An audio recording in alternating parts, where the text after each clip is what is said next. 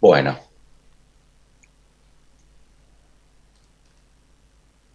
bueno chicos,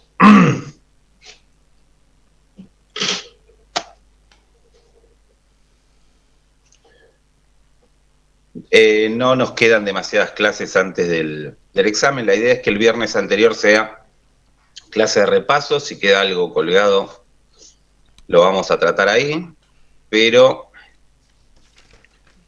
a mi entender vamos a tener que tener clase el martes anterior también para llegar bien. Bien. Hoy dijimos que íbamos a hablar de lo que es, muy brevemente, los pactos. Espérenme un segundito que termina de llegar gente y empezamos.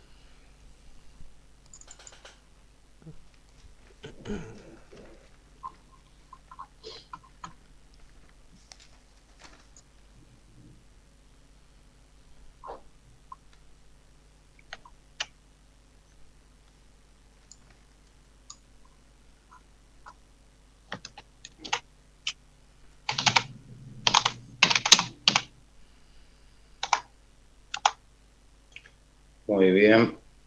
Bien.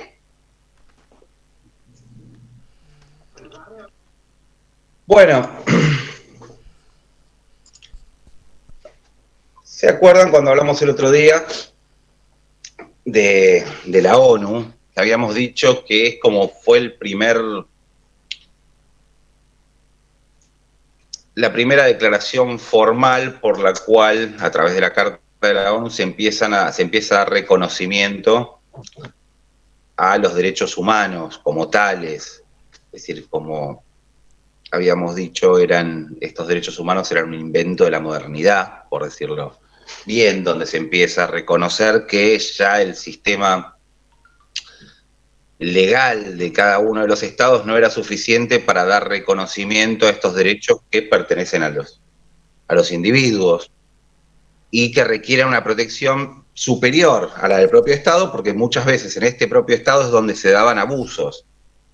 Y es a través de la Carta y principalmente a través de la Declaración Universal de Derechos Humanos donde se le da esta jerarquía supranacional a los derechos humanos y se buscan órganos para proteger a los individuos. El primer gran pacto que hubo luego de esto es casualmente la Declaración Universal. Ustedes van a ver ahí ya sí reconocido explícitamente el derecho a la vida, el derecho a la libertad, el derecho a la igualdad, derechos de primera generación como derecho a la propiedad, derecho a la no esclavitud, derecho, lo que nosotros conocemos como las garantías del artículo 18, las garantías del debido proceso, que las personas tienen este derecho de acudir a las autoridades, de peticionar, de ser escuchadas. Bueno, eso es lo que hace muy brevemente la Declaración Universal. Está el principio de reserva, principio de legalidad, como dijimos antes, de libertad ambulatoria. Empieza a reconocer los derechos como el derecho a la nacionalidad, que toda persona tiene derecho a tener una nación, es decir, que nadie puede ser privado de su nacionalidad. Hay derechos que son más discutibles, me quiero parar en el artículo 16, porque depende de la cultura, hay cosas que nosotros vemos como que son violatorias y no están así. El artículo 16 dice los hombres y las mujeres a partir de la edad núbil. ¿Por qué a partir de la edad núbil? Porque dependiendo cada estado se puede definir legalmente a partir de qué momento las personas tienen no solo la capacidad legal, sino la capacidad psicológica como para casarse. Nuestro propio código ha variado. Las edades, en general, la mujer en casi todos los ordenamientos legales occidentales alcanza la edad núbil mucho antes que nosotros, que los hombres. un desarrollo tanto físico como mental para estar preparadas para tomar esas decisiones. Lo que dice el artículo 16 es que ambos, tanto el hombre como la mujer, tienen el derecho, ahora modernizándolo, ya no hablamos del hombre con la mujer solamente, sino que el hombre con el hombre, la mujer con la mujer. En algunos estados son más modernos o más progresivos como el nuestro, otros no tanto, pero tienen derecho a casarse sin restricción de raza, nacionalidad, religión, a crear la familia, y que tienen este derecho es igual también cuando se deshace este matrimonio, es decir, a repartir en plano de igualdad los beneficios que haya dado el matrimonio, etc. La discusión respecto de este artículo se da generalmente en lo que es la segunda parte, que dice: solo mediante el libre y pleno consentimiento de los futuros esposos podrá contraerse el matrimonio.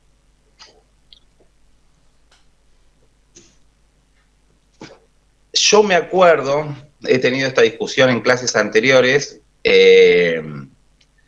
por ejemplo, respecto de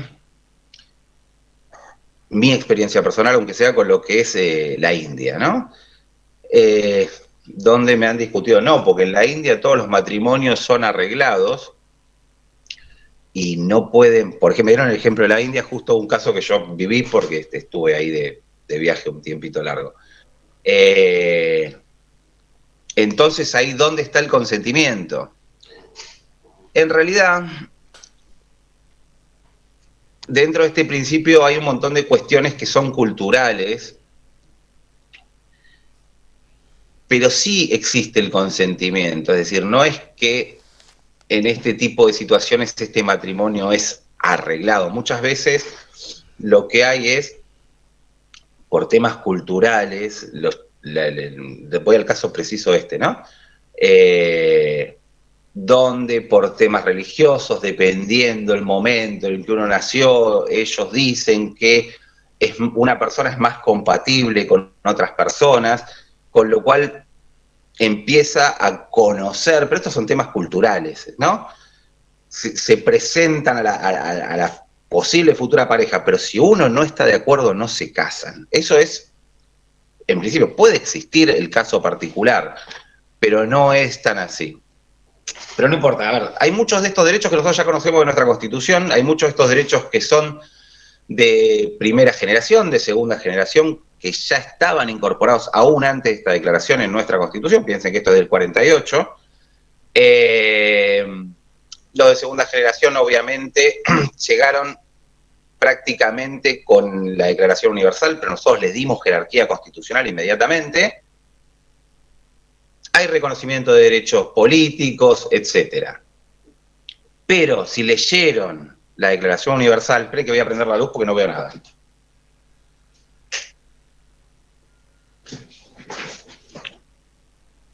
Pero si tuvieron la oportunidad de leer la Declaración Universal de Derechos Humanos, van a ver que es muy breve, que la descripción de estos artículos es muy, muy, muy breve. Y acá es donde yo les hablo de la progresividad de los derechos humanos.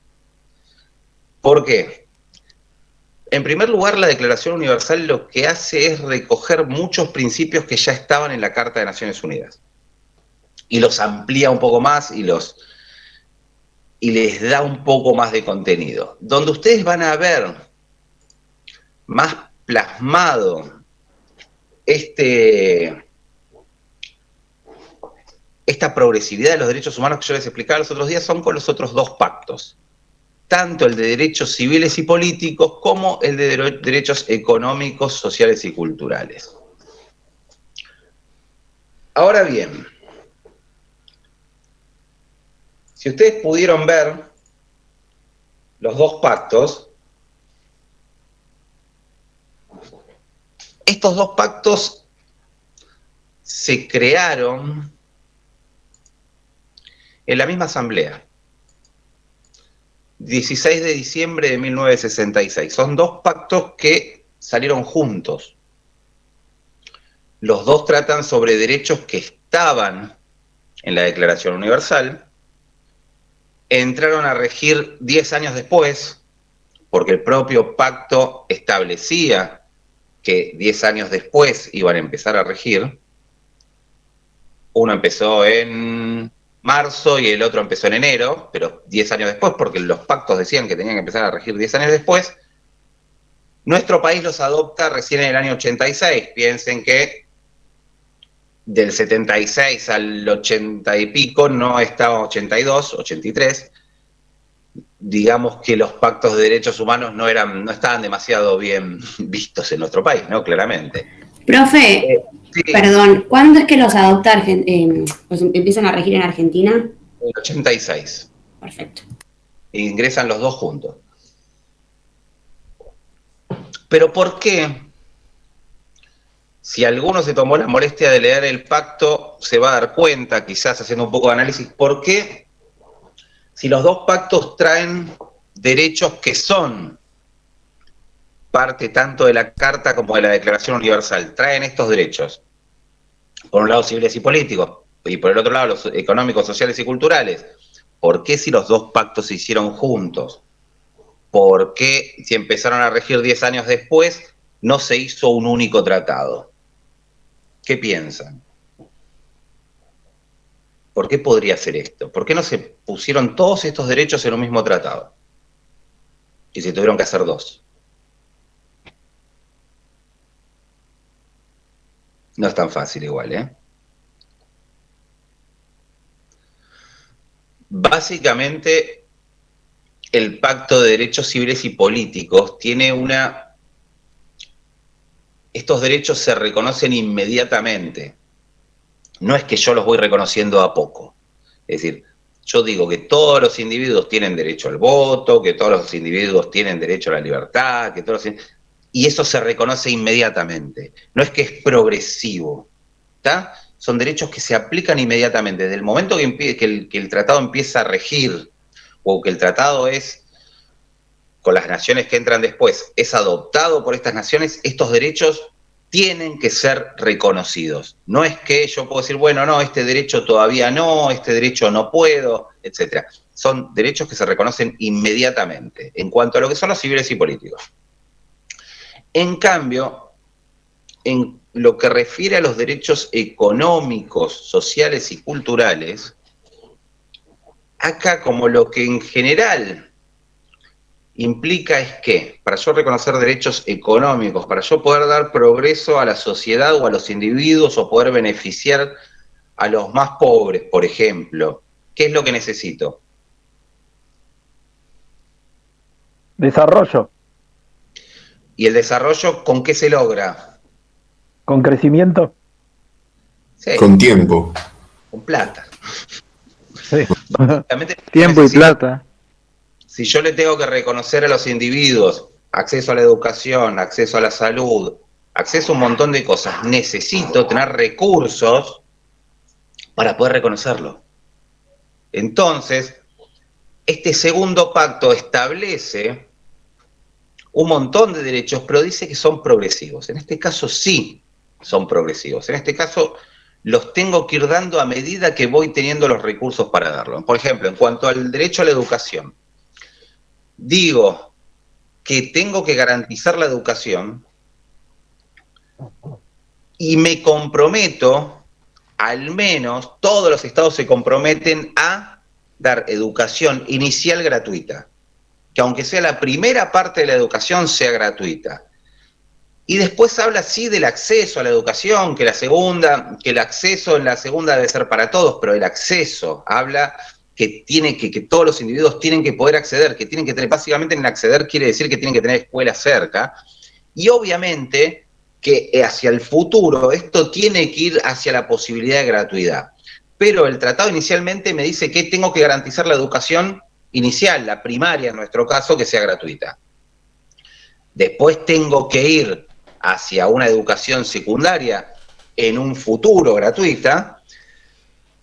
Y en cuanto a lo que es la educación terciaria o universitaria, lo que nos dice es que tiene que haber posibilidades de acceder y que tiene que haber un sistema basado en méritos, no un sistema basado en los que pueden y los que no pueden. ¿Y cómo se ve este sistema de méritos fuera de la Argentina?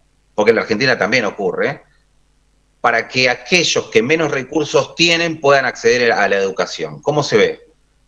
Becas. Exactamente, con becas. Esa es la forma en la que los estados pueden respetar o pueden cumplir con este principio de otorgar acceso a la educación. Argentina también lo hace, la propia universidad, nosotros, la Universidad de Buenos Aires, beca a los alumnos para que puedan estudiar, analiza la situación económica y les da una beca. Lo que pasa es que, si bien les establece determinadas condiciones, no en todos lados es igual. Es decir, en algunos estados lo que se toma en cuenta es el promedio histórico de estos chicos en cuanto a su educación y ven que tienen los méritos suficientes, o a través de exámenes de ingreso, si estos exámenes de ingreso son lo suficientemente buenos, se les otorga una beca para que puedan seguir estudiando. En la universidad, no me acuerdo bien, pero creo que ellos tienen, los alumnos becados tienen la obligación de rendir al menos una materia en forma efectiva por cuatrimestre, si no me equivoco, y demás, y siempre y cuando se cumpla con ese requisito, se puede obtener la beca para seguir estudiando, lo cual también me parece bueno, pero lo que quiero decir es que dependiendo del estado esto varía. Estos estados, estos derechos, ustedes, el pacto lo van a tener que leer por su cuenta, pero dense cuenta para poder analizarlo, que, vuelvo a decir, la gran diferencia entre un derecho y el otro, que es este tema de conforme los recursos de cada estado, son progresivos, yo los otorgo y no los puedo quitar. Otro tema muy interesante, que lo pueden ver en la página de la ONU como para darse cuenta. Lean después el preámbulo, van a ver, lo que les quiero decir, estos tratados son iguales. El inicio de los tratados, el preámbulo es igual, el artículo 1 es muy parecido, cambiando los derechos que se tratan, son muy parecidos, pero vean que fueron hechos al mismo tiempo. El problema es que no se podían implementar de la misma manera. ¿Qué pasa? Ustedes acá, una de las cosas que van a encontrar es lo que se llaman reservas. Por eso les digo que vayan a la página de la ONU. ¿Qué es lo que puede hacer un Estado al momento de firmar un tratado? Esto les va a servir para lo que vamos a ver la clase que viene y lo que vamos a ver la siguiente. ¿Qué es lo que puede hacer un Estado? Puede hacer reservas al tratado. ¿Qué quiere decir hacer una reserva? ¿Alguien lo sabe?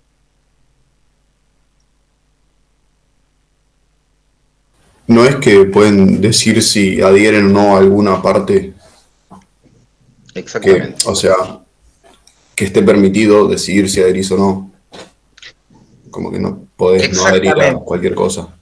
Eso tiene un límite, pero sí, es así. Yo a través de una reserva puedo decir si no estoy de acuerdo con alguna parte en particular del tratado. Si hay algo del tratado que yo no reconozco o que no voy a aplicar. En los dos tratados Argentina hizo algo que hizo una reserva a lo que fue el artículo 1. ¿Y qué trata el artículo 1? Justamente sobre la determinación de los pueblos. En el Tratado de Derechos Civiles y Políticos, dice el artículo 1, primer punto, todos los pueblos tienen derecho a la libre determinación. En virtud de esto, espere que los tengo cruzados, no, lo dicen los dos iguales, perfecto. Establecen libremente su condición política y proveen asimismo a su desarrollo económico, social y cultural. A sus fines, lo que dice es que los pueblos pueden darse sus leyes, pueden disponer de sus recursos, riquezas naturales, pueden otorgar estos derechos como quieran libremente. ¿Sobre qué puede haber hecho Argentina una reserva en este caso? ¿Qué piensan?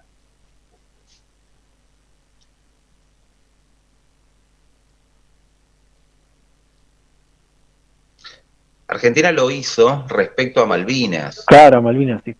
Diciendo que Malvinas es territorio propio, que no reconoce este tratado de aplicación al pueblo que está ocupando Malvinas, no entiende que tenga facultades para darse su propio gobierno porque no entiende que es una ocupación ilegítima. Por eso hace esta reserva. Dice que no será de aplicación en el territorio de las Tierras Malvinas en el sentido de considerarlo un pueblo diferente al pueblo argentino, en el sentido de que ese territorio pertenece a la Argentina. Pues esa es una reserva. Si ustedes van a la página de la ONU y abren los tratados, se van a dar cuenta, hay una parte que habla de las reservas y dice quién hizo reservas a cada tratado. Estados Unidos, es el caso típico, que firma un tratado e inmediatamente reserva todos los artículos del tratado. ¿Cómo ocurre esto? Básicamente lo que dice Estados Unidos es sujeto a la interpretación, siempre y cuando no choque con la normativa interna de Estados Unidos, conforme la interpretación que haga la Corte Suprema de los Estados Unidos. Es decir, no reconocen un derecho superior otorgado por el tratado respecto de su ordenamiento legal interno. Entre un derecho interno y un derecho contenido en un tratado, en Estados Unidos priorizarían lo que son los derechos internos. ¿Se entiende? Después vamos a ver en la clase que viene cómo es en nuestro país, o cuál es la interpretación que se da en nuestro país. Si llegamos, empezamos a adelantar un poquito ahora, pero no creo. Profe, no encuentro la parte de los tratados. ¿Está dentro de la Carta de la ONU? No. Acá a la página de la ONU. Sí, estoy en esa. Sí. Esperá, ya te lo abro acá mismo y te digo cómo es. Y si no, después les mando el link, pero... yo lo encontré enseguida. En su momento, ¿no? Ahora sí me pongo... Historia, derecho, estatuto... Espera. Reserva, pacto internacional.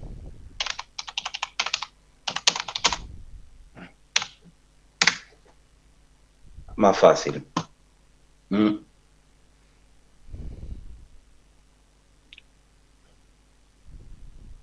Bueno, después se los busco y se los mando, pero no era tan difícil encontrarlo, lo encontré la otra vez lo encontré muy fácil, ¿no? Pero al costado les aparecen todas las reservas. Es en la página de la ONU. Eso seguro. No quiero perder tiempo ahora buscándoselos, pero ahora estoy en... Bien. Después se los busco y se los paso, pero están ahí a un costadito abajo, dice cada pacto cuáles son las reservas que tienen. ¿A qué iba? Algo que resulta muy cómico de este tratado, mucho más en el segundo. Miren, quiero leerles una parte, el artículo 2 del Pacto de Derechos Económicos, Sociales y Culturales. Les voy a leer algo a ver si a ustedes les parece bien o les parece mal, o si no ven alguna que otra contradicción. El artículo 2 dice, cada uno de los estados partes en el presente pacto se compromete a adoptar medidas, tanto por separado como mediante la asistencia y cooperación internacionales, especialmente económicas y técnicas, hasta el máximo de los recursos que disponga. Siempre ponen como límite los recursos que tiene el Estado para poder otorgar estos derechos, ¿no?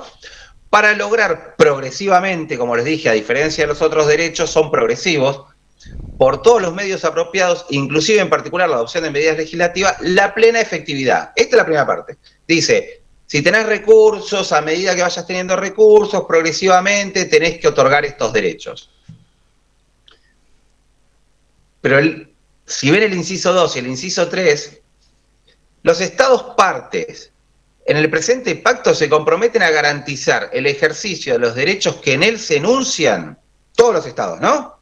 Le van a garantizar estos derechos sin discriminación alguna por motivos de raza, color, sexo, idioma, religión, opinión política o de otra índole, origen nacional o social, posición económica, nacimiento o cualquier otra condición. ¿Qué quiere decir?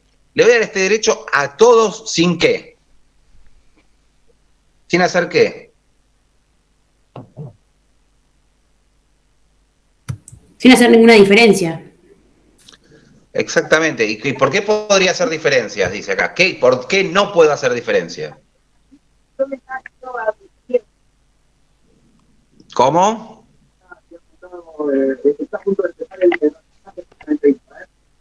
Se te escucha. Discriminación, profe. No puedo discriminar, ¿por qué? No puedo discriminar ni por raza, ni por color, ni por sexo, ni por idioma, ni por religión, ni por opinión política, ni por nada, dice, ni por origen nacional o social, ni por posición económica, ni por nacimiento. ¿Está? ¿Quedó clarísimo? Dice, no puedo discriminar. ¿Qué dice el inciso tercero? El propio pacto, el mismo pacto en el párrafo siguiente. Los países en desarrollo, que son también estados parte, todos los estados que están ahí son estados parte. Entonces me dice, ningún estado parte puede discriminar. Pero los países en religiosos, teniendo debidamente en cuenta los derechos humanos y su economía nacional, podrán determinar en qué medida garantizarán los derechos económicos reconocidos en el presente pacto a personas que no sean nacionales suyos. Me dice, no puedo discriminar, en el anterior me dice, no puedo discriminar por nacionalidad o por origen social. Y en el artículo siguiente dice, si no sos nacional mío, puedo no darte estos derechos. Tenemos algunos problemas de redacción, ¿se entiende? ¿Entendieron lo que quiero decir o no? ¿Se entiende la contradicción? Sí, profe. Bueno, a ver. Los pactos los van a leer ustedes. Yo les digo, a ver, de estos pactos lo que necesito es que sepan ubicarme los derechos que están en cada uno de ellos. Nada más. No les pido mucho más que esto. Obviamente, si yo les pregunto qué puede ser una reserva, que me sepan decir que es una reserva. Más adelante vamos a hablar en la próxima clase, vamos a estar hablando, por ejemplo, de qué es un protocolo facultativo. Que se lo voy a explicar en la próxima clase. Ahora bien. Profe, perdón, una pregunta. Sí. Cuando vos decís que tenemos que saber ubicar los derechos que están en cada uno de los pactos, ¿te referís a saber ubicar, por ejemplo, los derechos de primera, segunda y tercera generación? ¿O identificar exactamente el derecho? El tema es, mira, en general los pactos que están en el de derechos civiles y políticos, los derechos que están en el pacto de derechos civiles y políticos son la gran mayoría derechos de primera generación, pero hay algunos derechos que son de segunda. Y viceversa, la gran mayoría de los derechos que están en el pacto de derechos económicos, sociales y culturales son derechos de segunda generación, pero hay algunos que son de primera, como la educación, por ejemplo. Yo en el examen les puedo decir en qué pacto está el derecho a la vida. Ah, está bien, perfecto. Y ese está en el de civiles y políticos. Es un derecho que se debe garantizar inmediatamente. Pueden hacer hasta el análisis de esa forma para ustedes, si no recuerdan. Bien, tampoco les voy a venir con un derecho retorcido, es decir, les voy a venir con derechos básicos para que los entiendan.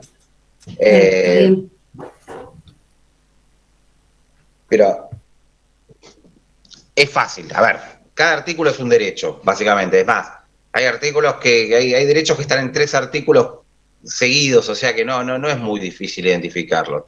Si yo les pregunto en qué pacto están los derechos de la seguridad social, los van a encontrar en económicos, sociales y culturales.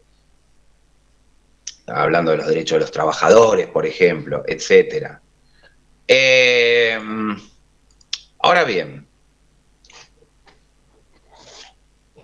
cuando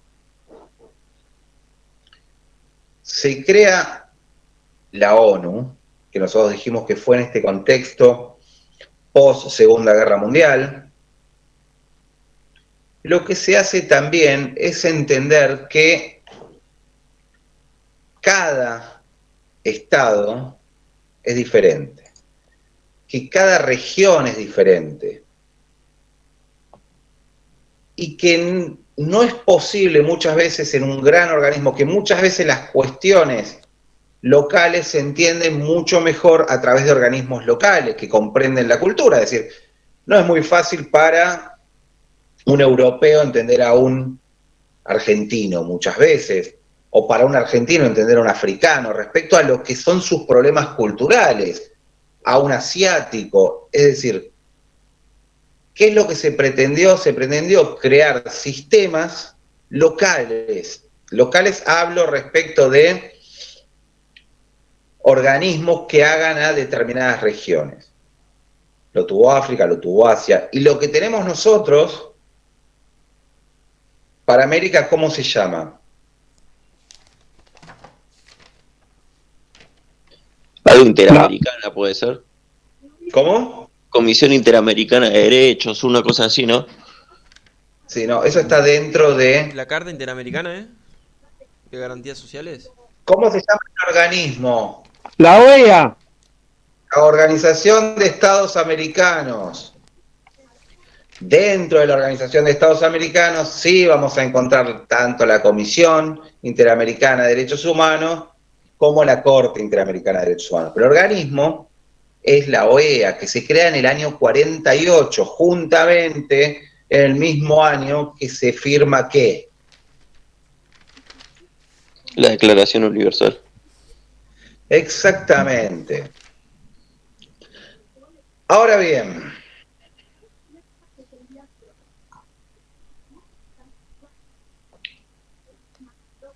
la OEA se crea en Bogotá. Hay, originariamente, el primer tratado por el cual se crea la OEA es la Declaración Americana de Derechos y Deberes del Hombre.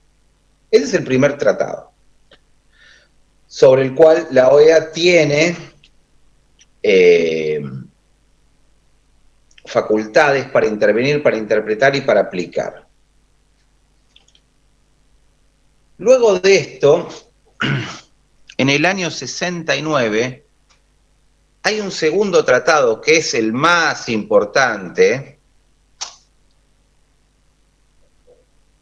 que es lo que nosotros conocemos como la Convención Americana de Derechos Humanos, también llamado Pacto de San José de Costa Rica.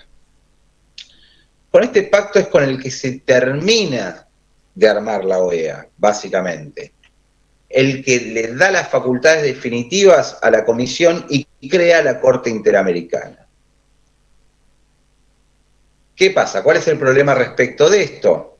No todos los países americanos suscribieron el Pacto de San José de Costa Rica, o muchos de ellos los suscribieron firmando reservas. Para aquellos que no firmaron este pacto, solamente la OEA va a intervenir respecto a lo que es la Declaración Americana. Para los que firmaron tanto el Pacto de San José de Costa Rica como la Declaración Americana, interviene respecto a los dos. Pero no importa, no los quiero enroscar porque es medio complejo.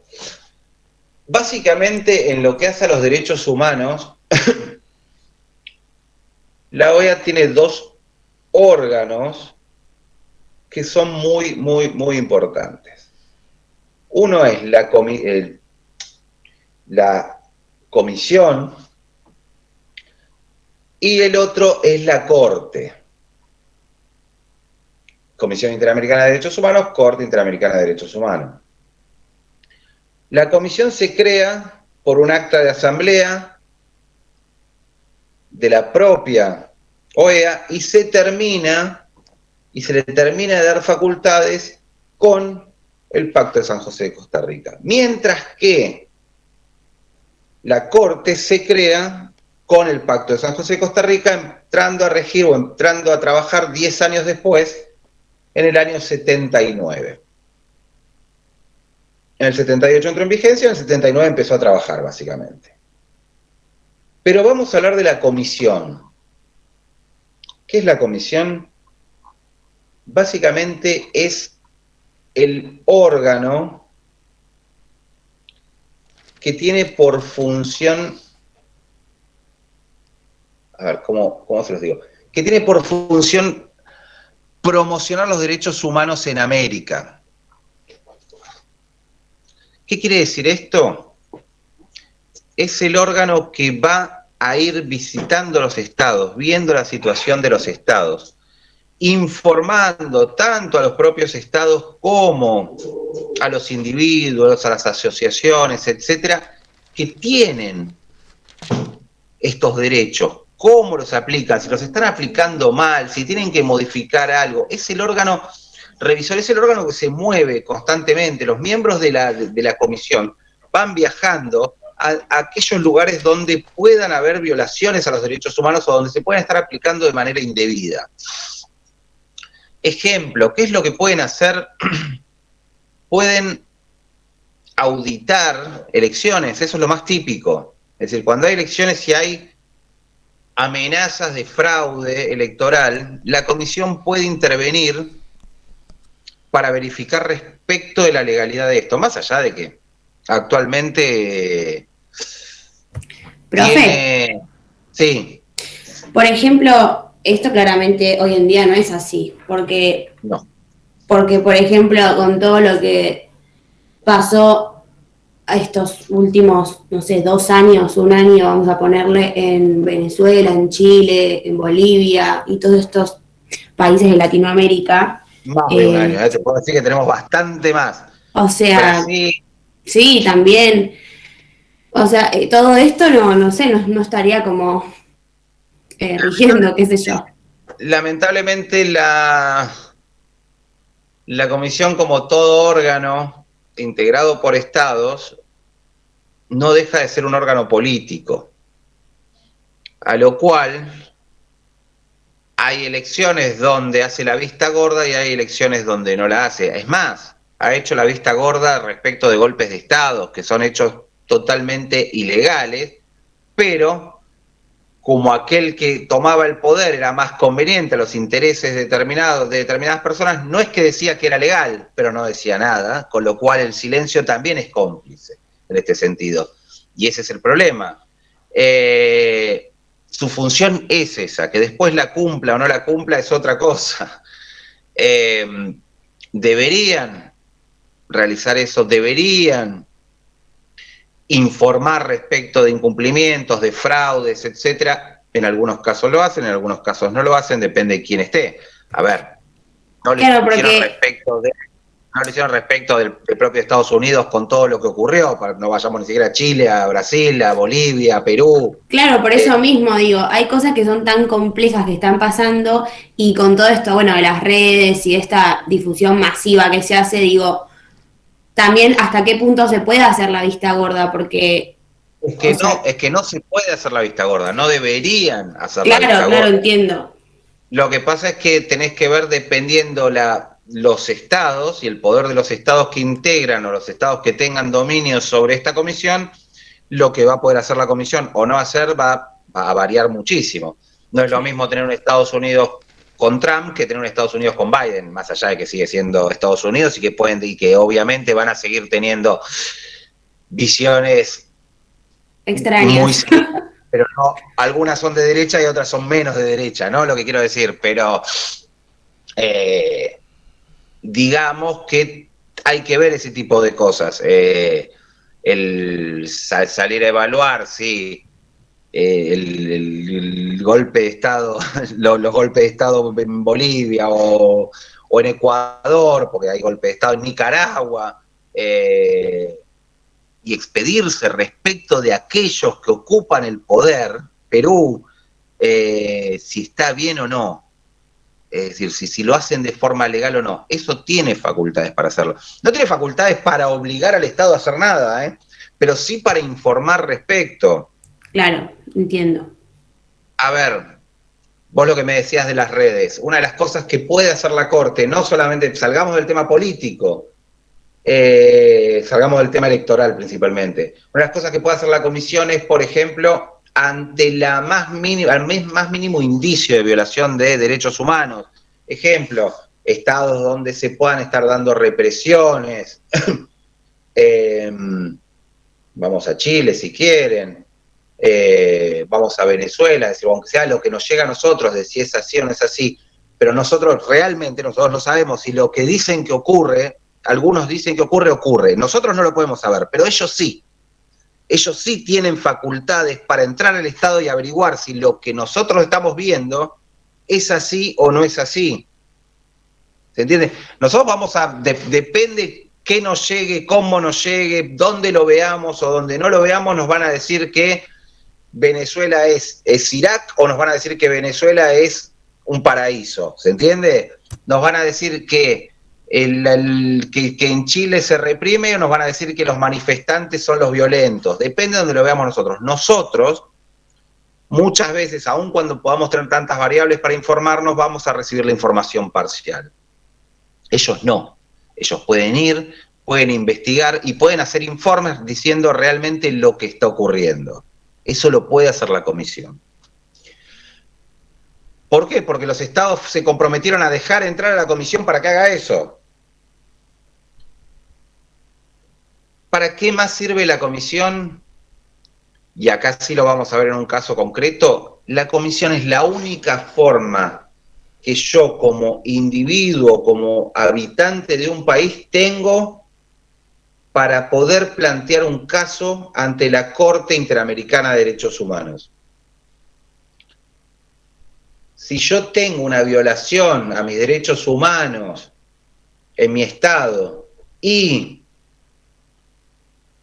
no puedo seguir para adelante porque en mi estado ya no se me permite reclamar respecto de eso, o porque me frenaron la causa, o porque tengo sentencia definitiva y no la puedo apelar ya, porque ya está, ya llegué a la máxima instancia y demás, puedo acudir a la comisión para que sea esta quien me diga, sea esta quien analice la situación y en caso de entender que se están violando mis derechos humanos, lleve el caso a la Corte. Obviamente, para que esto ocurra, el Estado al que yo estoy demandando tiene que prestar conformidad para que la Corte lo defina. Pero en general está muy mal visto que un Estado no permita que la Corte lo resuelva. Está, en cierta forma, admitiendo que algo estuvo mal. Eso lo van a ver puntualmente, este procedimiento lo van a ver puntualmente cuando lean el fallo Bulacio. ¿Alguien sabe de qué trata el fallo Bulacio? Los más viejitos lo sabemos.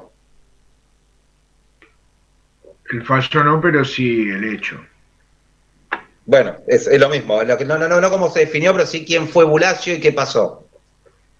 Sí, Bulacio es el muchacho que me sale lo chupa, se lo lleva a la policía a la salida de un recital de Los Redondos en Obras en el año 91 y lo matan a golpes, bueno, en condiciones confusas para ser gentil, digamos. Sí. Era un pibe era un chico menor de edad que es a la entrada, no es a la salida del recital, pero fue en el recital de los Redondos. Justamente a partir de ese momento los Redonditos de Ricota nunca más tocaron en la ciudad de Buenos Aires por ese motivo.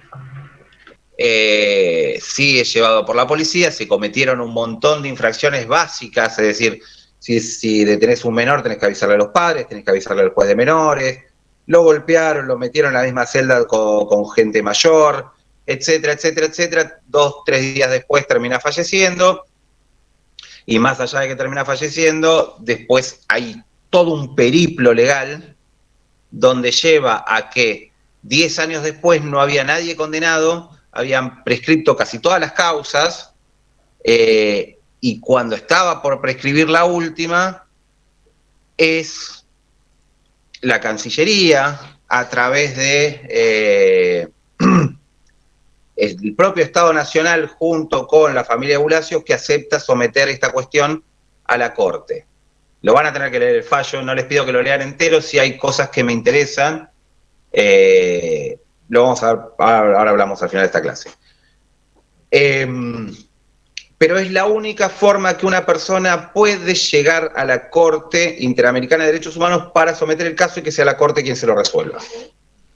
Tengan en cuenta, como les dije antes, al igual que la Corte Internacional de Justicia, la Corte Interamericana de Derechos Humanos no juzga individuos, no puede, básicamente se lo digo en castellano, no puede meter preso a nadie. ¿Está? sino que juzga al Estado, si el Estado actuó bien o actuó mal.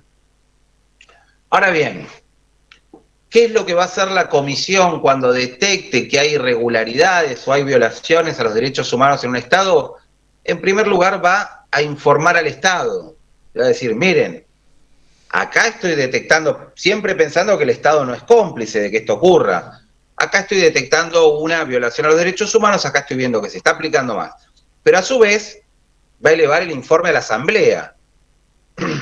¿Para qué? Para que se adopten medidas, para que se puedan adoptar sanciones respecto al actuar de este Estado. Si el Estado no modifica estas conductas, podría llevar a una sanción. ¿Y de qué me sirven también este tipo de informes? A mí me sirven como antecedentes en caso de que haya incumplimientos que después lleven a una intervención de la Corte. Porque yo ya tengo el antecedente donde le dije al Estado que hizo mal esto, que hizo mal esto, que hizo mal esto, y lo siguió haciendo, entonces este Estado ya sabía que estaba actuando de esta forma y ya tiene responsabilidad. Ahora bien, la Corte, acá en la Corte, ustedes van a tener que distinguir dos funciones principales que tiene la Corte, y acá es donde todos se arman el trabalenguas en los exámenes. La Corte tiene dos funciones muy importantes, y estas son la función consultiva y contenciosa. Cuando hablo de consultiva, ¿a qué le suena? ¿Qué le estoy haciendo a la Corte? ¿Qué le estoy pidiendo? Consulta, una consulta de algo. Una consulta. Básicamente es eso. La función consultiva es hacerle una consulta a la Corte preguntándole, por ejemplo, ¿qué quiere decir determinado artículo de un tratado? ¿Cómo lo interpretan ellos? ¿Cómo piensan que se debe interpretar ese tratado? Porque como nosotros sabemos, los abogados, depende de qué lado estemos, vamos a interpretar las cosas de una forma o de otra, la misma, le vamos a dar un significado totalmente distinto. Entonces, por las dudas, cuando haya algún tipo de duda justamente respecto de esto, cualquier Estado, esto se los voy a preguntar en el examen, ¿quién puede efectuar consultas a la Corte? Cualquier Estado o la Comisión puede efectuarle una consulta a la Corte. Y la Corte lo va a resolver mediante algo que se llama opinión consultiva. Es lo que opina respecto de esta consulta. Y la opinión consultiva va a decir que este tratado o que este artículo puede ser interpretado de determinada manera. Puede pedirse una interpretación de una situación también respecto de esto, y es la Corte que le va a decir cómo se debe interpretar esta situación, si hay una violación, si no hay una violación, si esto se puede hacer, si esto no se puede hacer. Nuestro país tiene dicho, la Corte Suprema de nuestro país tiene dicho que las opiniones consultivas de la Corte Interamericana de Derechos Humanos tienen que seguirse, tienen que cumplirse, que si la Corte interpreta algo, en nuestro país se debe cumplir como lo dice la Corte Interamericana. Mismo aún, si bien no hay una obligatoriedad respecto de las recomendaciones que hace la Comisión, también hay determinadas recomendaciones que sí deberían seguirse según la Corte. Pero no voy a ir tan a fondo con eso. Porque estas recomendaciones pueden ser desde observaciones hasta recomendar, hasta insistir con la recomendación, etcétera, lo cual crea una cierta obligatoriedad que si el Estado no cumple puede generar una responsabilidad internacional. Pero sigamos con la Corte. Esta función consultiva, que también la vamos a hablar la clase que viene junto con el fallo Bulacio, la van a ver, está en el libro, como la opinión consultiva de Guatemala. Ahí tienen un ejemplo, lo vamos a ver bastante brevemente, pero lo vamos a ver como para que entiendan cómo responde la Corte.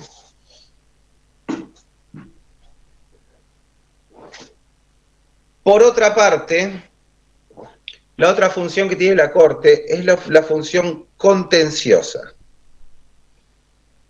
Esta es más difícil. La consultiva es muy fácil. Ustedes van a decir consultiva, consulta. Contenciosa, ¿a qué le suena? Calculo que si hay un problema, tratar de resolverlo, contener ese problema, no sé.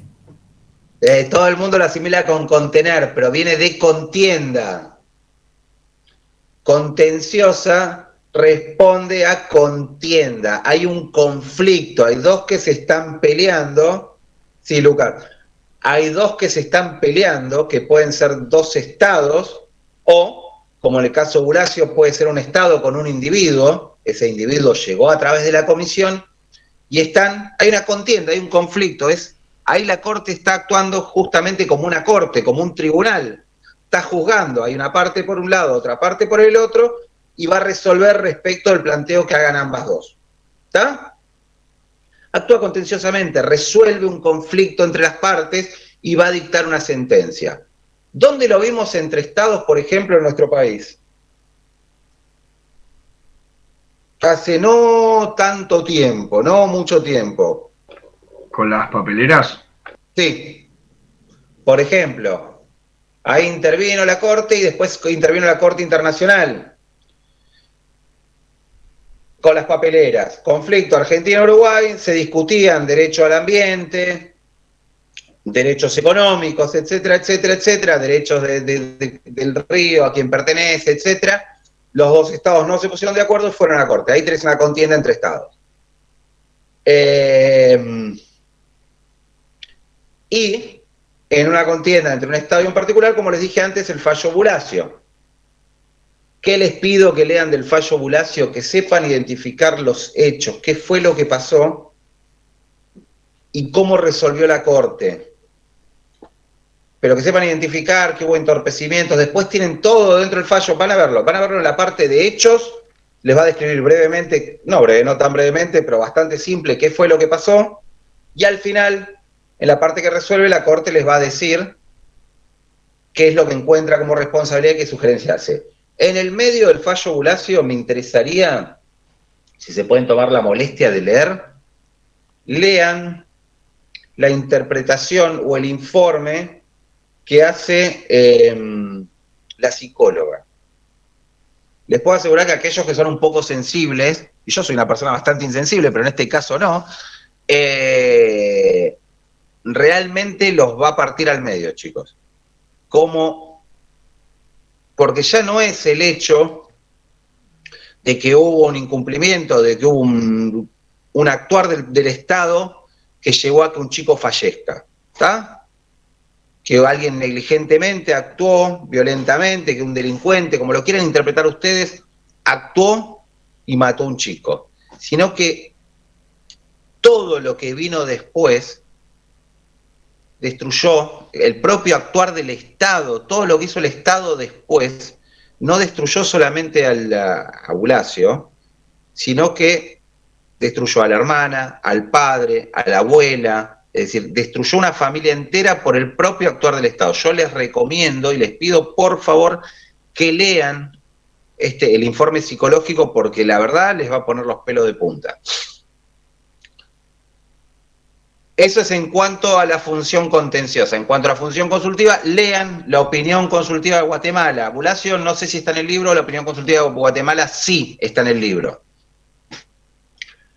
Y ahí van a ver cómo son estas consultas que se le hacen a la Corte, qué es lo que resuelve o qué es lo que dice la Corte. La última función que tiene la Corte, que está ligada principalmente a esta función contenciosa, es la Corte puede dictar algo que son las medidas cautelares. ¿Qué es una medida cautelar? ¿Alguien sabe?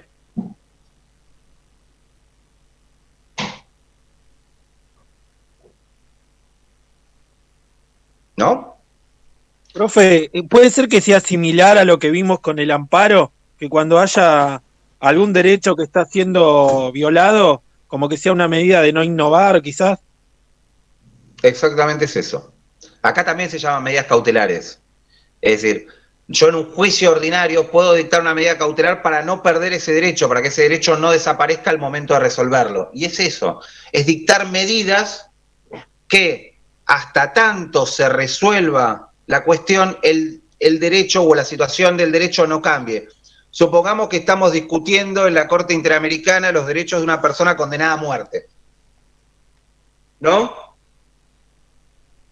Si yo no dicto una medida cautelar que evite casualmente que esta persona, que se haga efectiva esta condena, al momento de resolverlo, si yo le termino dando la razón a este individuo, si a este individuo ya le aplicaron la condena, ¿qué sentido tendría? Bueno, yendo a casos menos extremos, si estoy discutiendo derechos humanos o derecho mismo, podría estar discutiendo si quieren hasta una violación a mi derecho a la propiedad como derecho humano por parte del Estado, y podría pedir la Corte que no se haga nada respecto de mi derecho a la propiedad hasta tanto se resuelva la cuestión. Creo que serían los menos, no sé si serían casos que se someten, pero está comprendido dentro de los derechos humanos el derecho a la propiedad. No creo que sea un caso de los que llevaría, salvo el extremo, pero supongamos el derecho a las tierras de un pueblo originario, etcétera, que el Estado haya expropiado esas tierras para hacer una explotación petrolífera, no sé, por decirles algo. Si lo estoy discutiendo en la Corte, hasta el momento que me lo resuelvan, posiblemente ese derecho se haya perdido y ya no tenga sentido defenderlo. Un derecho al ambiente, etcétera. Bueno, eso es dictar. La Corte puede decirle al Estado, no hagas nada hasta que yo no diga si está bien o está mal lo que están haciendo. Esa es la tercera opción, que está dentro de la función, esta función contenciosa, esta función de resolución de conflictos. Ahora bien, la clase que viene, déjenme que vea el cronograma, a ver si me queda algo colgado.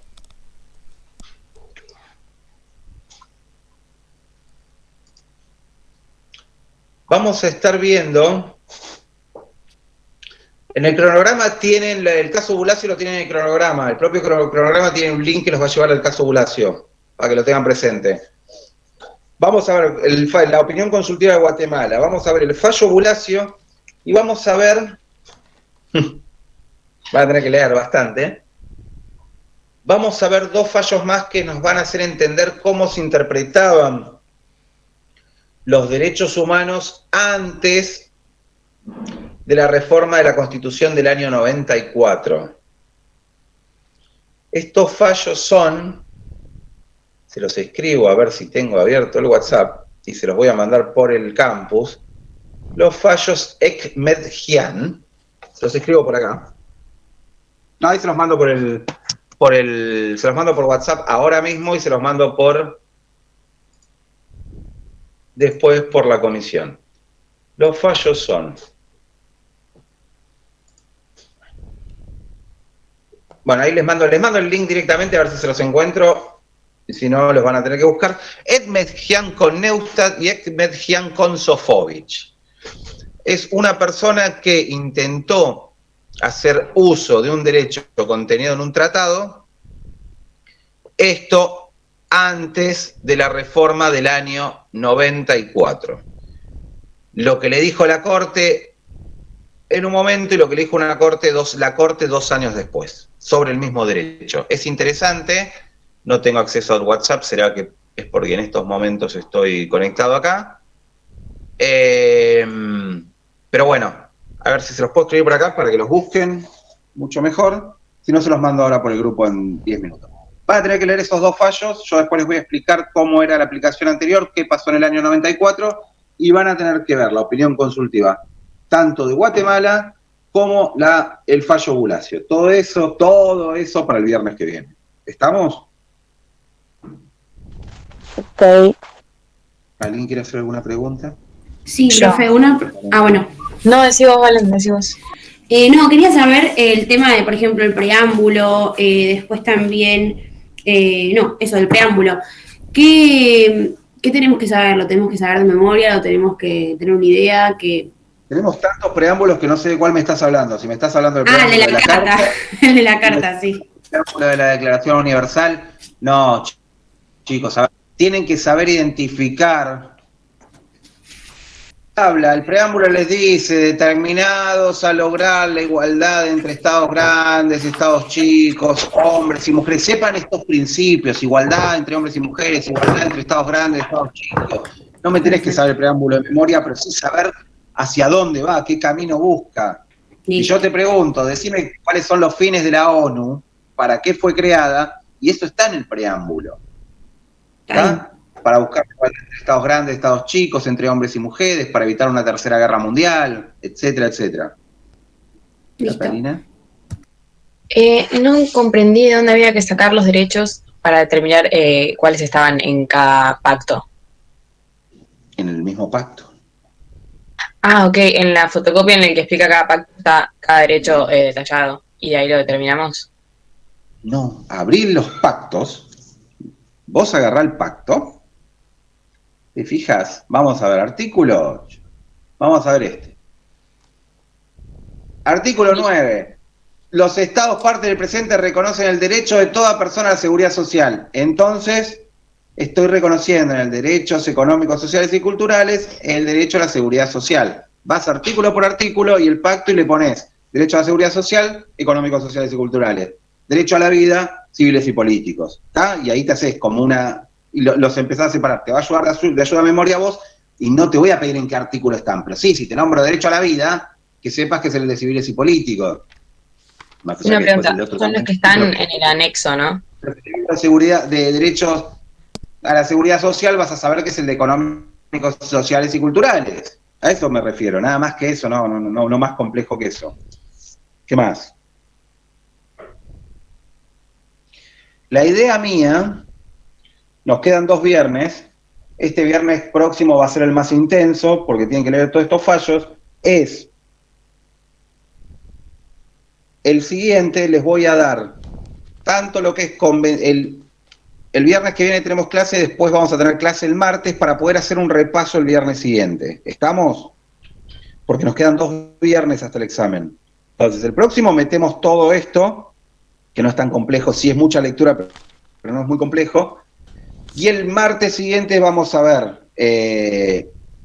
lo que son los core crimes y lo que es la Convención contra la Tortura.